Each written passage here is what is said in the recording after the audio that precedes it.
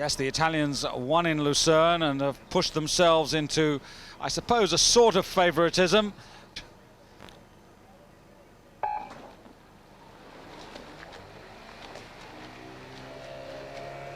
Italy generally like to go out very fast in the finals. They take it steady in the heats, but they like to go out fast in the finals. At the moment, they haven't been having too good a regatta. Indeed, nor has Germany. But here, they are certainly moving very sweetly indeed, and they look to have the initial lead. Avagnale at stroke, rather of the famous coxed pair combination who were dominant in the all through the 80s.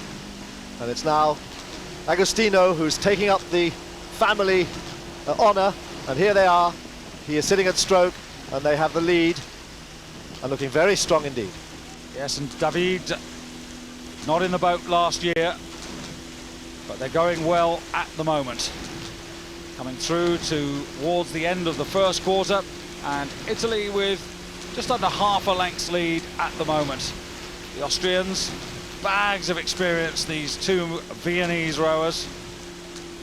Bouncing the boat quite a bit, actually, if you see it. Boat's bouncing quite a lot of lie back there, and quite a bounce at the finish. World champions in this particular category back in 1990. But here, as they come up to the 500-metre mark, it's Italy who have the lead by about a quarter of a length. A quarter of a length from France. Frédéric Koval and Samuel Baraté. Baraté, very experienced double sculler.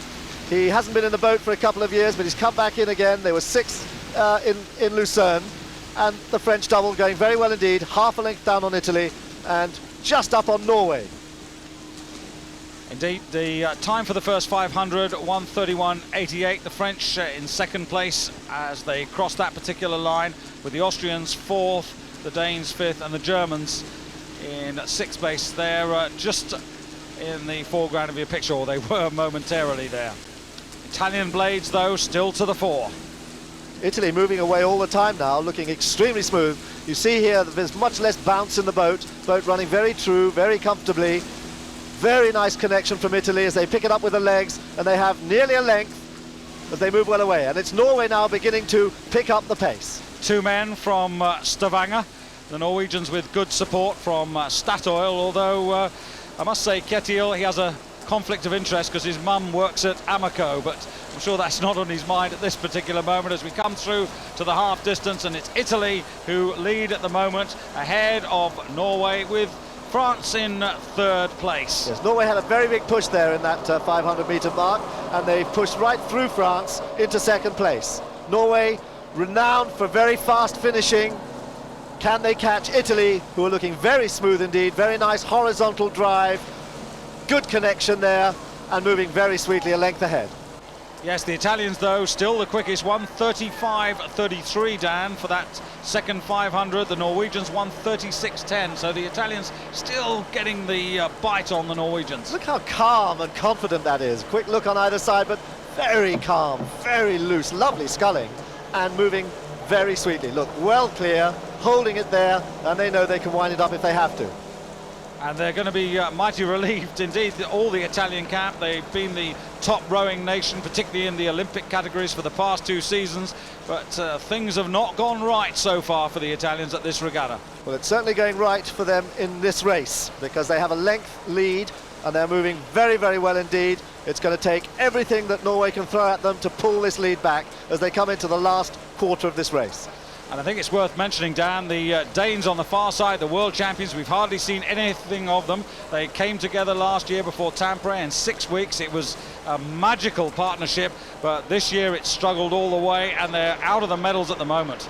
Yes, and they don't look as if they're going to get in it. It really is now. It's between France, Norway, and Italy out in front. Italy look uncatchable, but Norway certainly are going to have a go. Yes, the Norwegians trying to raise their game, beginning to make an impression as we come into the last 250 metres. The French have got good clear water over the Danes, and I can't see any way that Denmark are going to get back into this fight. But these two young Norwegians, Kjetil is 25 years of age, Stefan 21. They've got plenty of appetite and plenty of heart. It's really youth attacking experience here. Absolutely, and it looks like experience is going to hold them off.